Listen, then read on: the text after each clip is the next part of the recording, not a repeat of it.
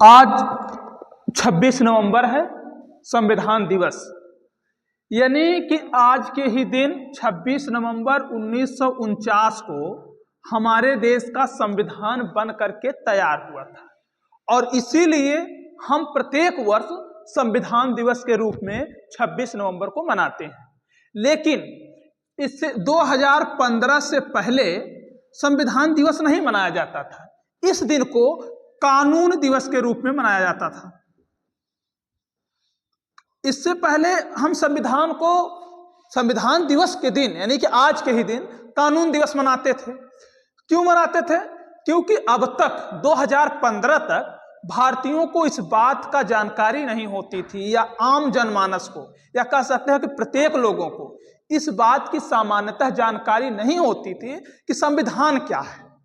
लेकिन 2014 में जब नई सरकार की गठन हुई, नरेंद्र मोदी जी देश के प्रधानमंत्री बने, तो फिर उन्होंने अपने दूरगामी विचारों को ध्यान में रख करके उन्होंने देश के 140 करोड़ जनमानस की भावनाओं को समझ करके उन्होंने संविधान के प्रति एक नया आयाम चलाया और उन्होंने कहा कि हम प्रत्येक 26 नवंबर को संविधान दिवस मनाएंगे। अब हम समझते हैं कि संविधान क्या है। तो जब अगर हम सिर्फ यह समझें कि संविधान क्या है, तो आप जानते हैं कि संविधान एक विधिक किताब है, यानी कि एक कानून की किताब है जिससे पूरे भारत की व्यवस्थाओं को संचालित किया जाता है। भारतीय संविधान दुनिया का सबसे बड़ा लिखित संविधान है। दुनिया का क्या है? सबसे बड़ा लिखित संविधान है। यह संविधान, इसको बनाने में 2 वर्ष यानी कि 2 साल 11 माह 18 दिन का समय लगा था। 2 साल 11 महीना 18 दिन में हमारे देश का संविधान बनकर के तैयार हुआ था। और इस संविधान को तैयार करने में जब संविधान सभा की गठन हुई थी, संविधान सभा की गठन कब हुई थी?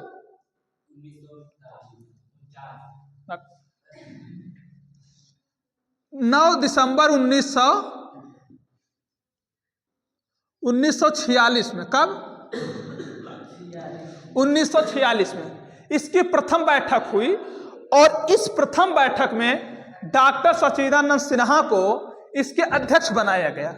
लेकिन इसके 2 दिन के ही बाद, यानी कि 2 दिन बाद, यानी कह सकते हैं कि 11 दिसंबर को पुनः इसकी बैठक हुई 1946 में, और इसके अध्यक्ष किसे बनाया गया? डॉक्टर राजेंद्र प्रसाद को। और डॉक्टर राजेंद्र प्रसाद को संविधान सभा का अध्यक्ष बनाया गया। अब बात आती है कि डॉक्टर B.R. अम्बेडकर को क्यों संविधान का जनक कहा जाता है? अक्सर कहा जाता है ना, संविधान किसने लिखा? तो होता है कि डॉक्टर B.R. अम्बेडकर ने लिखा। तो आप कहिए तो हम बताएं कि संविधान को निर्माण करने में पूरी संविधान सभा थी। सभा मतलब समूह थी। बहुत से लोगों की जो समूह थी उसमें सब लोगों ने बैठक किया और बैठक करके अपनी अपनी विचार प्रस्तुत किया और तब जाकर के संविधान बनकर के तैयार हुआ। हाँ, डॉक्टर B.R. अम्बेडकर का क्या रोल है? आप यह समझिए, किसी मकान को बनाने में सिर्फ मिस्त्री का ही हाथ नहीं होता है। उसमें गिट्टी बालू वालों का भी योगदान होता है, मजदूर का योगदान होता है, फिर उसमें ठेकेदार का योगदान होता है, बनवाने वाले का योगदान, सबका होता है। लेकिन अंत में किसे माना जाता है? कि इस मिस्त्री ने उसे बना करके तैयार किया। तो डॉक्टर B.R. अम्बेडकर ने ही काम किया था। अलग अलग समितियां थी। तो एक था प्रारूप समिति। क्या थी? प्रारूप समिति। और प्रारूप समिति के अध्यक्ष कौन थे? Doctor B.R. अम्बेडकर। यानी कि लेखनी जो समिति बनाई गई थी उसके अध्यक्ष डॉक्टर B.R. अम्बेडकर। और डॉक्टर B.R. अम्बेडकर उस सभा में सबसे ज्यादा ज्ञानी व्यक्ति थे। उनसे ज्ञानी कोई था नहीं। अब यह समझो कि जब संविधान हमारा 26 नवंबर 1949 को बन करके तैयार हुआ और फिर से लागू कब किया गया पूर्ण रूप से? 26 जनवरी 1950 को हमारे संविधान को पूर्ण रूप से लागू किया गया और इसी दिन हम गणतंत्र दिवस के रूप में मनाते हैं। अब समझो कि यह जो हमारा भारतीय संविधान है दुनिया का सबसे बड़ा लिखित और अनोखा संविधान है, यानी इसकी तुलना हम दुनिया में कभी कर ही नहीं सकते हैं। अब देखो, इस संविधान की एक विशेषता यह है कि आप जानते हैं कि भारत में हिंदू, मुस्लिम, सिख, ईसाई, बौद्ध, जैन, पारसी तमाम धर्म के लोग रहते हैं। यहाँ पर तमाम बोलियां बोली जाती हैं, तमाम क्षेत्र है। उसके बाद भी जब कभी कोई निर्णय आता है तो हम कहाँ जाते हैं? हम जाते हैं कोर्ट में। और कोर्ट किस पे फैसला करता है? संविधान से। क्योंकि जो वकील बनते हैं, जो जज बनते हैं, वो क्या पढ़ करके बनते हैं? संविधान। अब देखो, अगर कोई मुसलमान है, मुस्लिम बिरादरी का है, अगर वह कुरान पढ़ लेगा, कुरान का बहुत अच्छा ज्ञाता बनेगा, तो क्या बन जाएगा? मौलवी बन जाएगा, हाफिज बन जाएगा। अगर कोई पंडित है, अगर वो अच्छे से रामायण पढ़ लेगा, गीता पढ़ लेगा, तो वो बहुत अच्छा पंडित हो जाएगा, धर्म का पुजारी हो जाएगा। अगर कोई ईसाई है तो बाइबल पढ़ लेगा। इन सब को पढ़ने के बाद जब वो किसी चीज में उलझ जाता है, कोर्ट कचहरी, लड़ाई झगड़े, नौकरियों में जब उलझता है, तो कहाँ जाता है अपना अधिकार मांगने के लिए? कोर्ट में जाता है। वो सुप्रीम कोर्ट जाता है, हाई कोर्ट जाता है, जनपदी न्यायालय में जाता है। और वहां पर जो वकील काले कोट पहन करके बैठे होते हैं, वो किसकी पढ़ाई करके आते हैं? संविधान की पढ़ाई करके आते हैं। इसका मतलब यह है कि संविधान देश के प्रत्येक नागरिकों को सभी अवसर प्रदान किया है। अगर आप उसके प्रियम्बल को पढ़ेंगे, यानी कि उसके उद्देशिका को पढ़ेंगे, तो आप उसमें देखेंगे कि लिखा होगा कि हम भारत के लोग भारत को एक संपूर्ण प्रभुत्व संपन्न समाजवादी पंथ निरपेक्ष लोकतंत्रात्मक गणराज्य बनाने के लिए तथा इसके नागरिकों को, ये जो उन्होंने इस बात को कहा, इसमें वो अभिव्यक्ति की स्वतंत्रता, राजनैतिक स्वतंत्रता, सामाजिक स्वतंत्रता, यानी कि सभी चीजों को उन्होंने क्या किया है? उसे देने का काम संविधान ने किया है। अब सिंपल सी बात समझो कि यह जो संविधान दिवस का दिन है, यानी कि आज संविधान का दिन है, तो आज भारतीयों का क्या योगदान है? अभी आप ये देखते हैं कि अधिकतर लोग, पहले की बात नहीं मैं कर रहा हूं, पहले लोग किताब को पढ़ते थे, बहुत कम लोग पढ़ा लिखा हुआ करते थे। अगर आज भी, मैं गारंटी के साथ कर रहा हूं, अगर आप आज हाई कोर्ट में, सुप्रीम कोर्ट में, जनपदी न्यायालय में चले जाएंगे और वकीलों का और जजों का आप लिस्ट उठा करके देखेंगे, तो आप उसमें सिर्फ और सिर्फ पाएंगे कि ज्यादातर 96% आपको मिलेंगे जनरल, यानी कि लाला ठाकुर पंडित मिलेंगे। वकीलों में भी मिलेंगे और जजों में भी मिलेंगे। कारण क्या है? 1947 में देश आजाद हो गया और उसके बाद भी अभी वही प्रथाएं चल रही थी।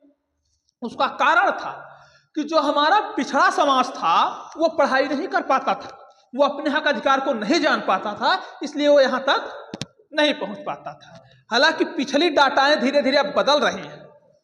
इसलिए बच्चों, आपको संविधान पढ़ना चाहिए, संविधान को समझना चाहिए, और आप अपने घरों में जाकर के, घर पे जाकर, सुनो ध्यान से इस बात को, आप अपने घर पे जाकर के अपने माता पिता और अगल बगल के दोस्तों यार से बात बताइए कि आज संविधान दिवस है और आज के ही दिन हमारे देश में संविधान बन करके तैयार हुआ था। तो कुछ लोग तो सोचेंगे यार वो एक किताब जिसे भारत चलाया जाता है, और कुछ तो जानते ही नहीं संविधान क्या है।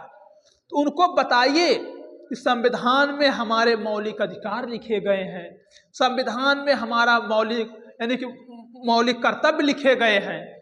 पहले संविधान में सिर्फ मौलिक अधिकार था, तो मौलिक अधिकार था तो लोग क्या करते थे कि वो कहते थे हमें ये चीज चाहिए, उसके लिए लड़ जाते थे, लेकिन उसको चाहने के लिए मुझे क्या करना है वो चीज नहीं जानते थे।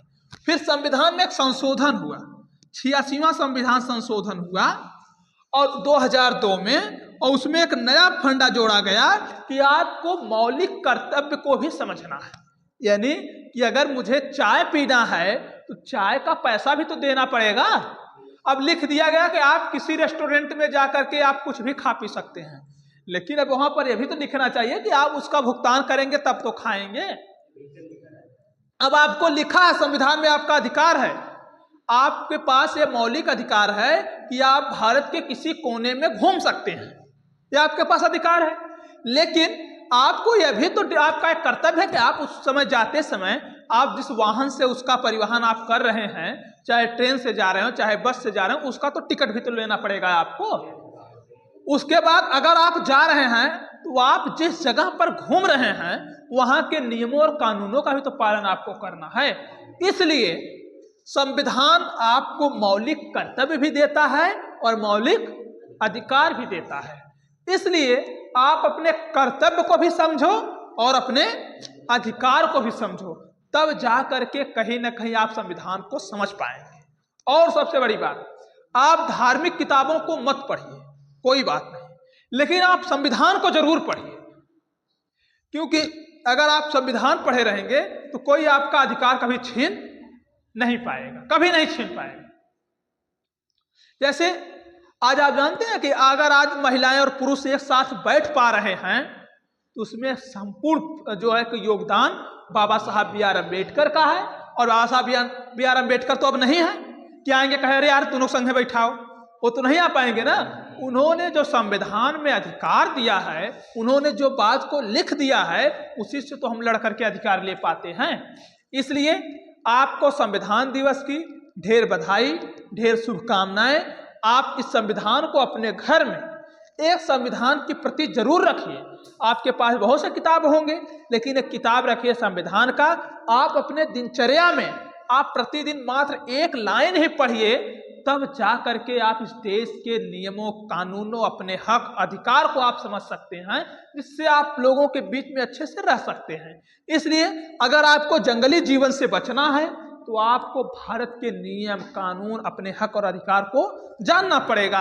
और इस संविधान सभा में जितने मेंबर्स थे सबको नमन, और खास तौर से युवा पीढ़ी के लिए मेरी एक जरूर इस बात के लिए मैं युवा पीढ़ी से आह्वान करता हूं कि जो आप इस टाइम आप अपने मार्गों से भटक गए हैं, आपको अपने रास्ते पर होना चाहिए। और इसके साथ साथ आपको इस बात की जरूर जानकारी होनी चाहिए कि अगर आपको अच्छे पोस्ट पर जाना है, अच्छी पद प्राप्त करना है, अच्छा सम्मान प्राप्त करना है, अच्छी नॉलेज प्राप्त करनी है, अच्छा तकनीक प्राप्त करना है, तो आपको अच्छे से मेहनत करनी पड़ेगी, अच्छी एजुकेशन प्राप्त करनी पड़ेगी। क्योंकि आज हवाई में पढ़ करके हम कुछ कर नहीं सकते हैं। हम तभी सफल हो सकते हैं जब हम किसी चीज को अच्छे से जानेंगे। आपको संविधान दिवस की, हम संपूर्ण देशवासियों को संविधान दिवस की ढेर सारी बधाई और शुभकामनाएं देता हूं। और हम ये कामना करते हैं कि देश के समस्त नागरिक इस अपने हक अधिकार को जानने के लिए संविधान के प्रति को जरूर पढ़ेंगे। और